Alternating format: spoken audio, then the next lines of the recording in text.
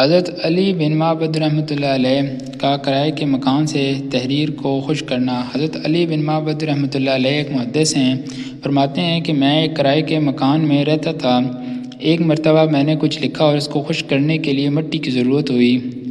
کچی دیوار تھی، مجھے خیال آیا کہ اس پر سے ذرا سی کھرچ کر تحریر پر ڈال لوں۔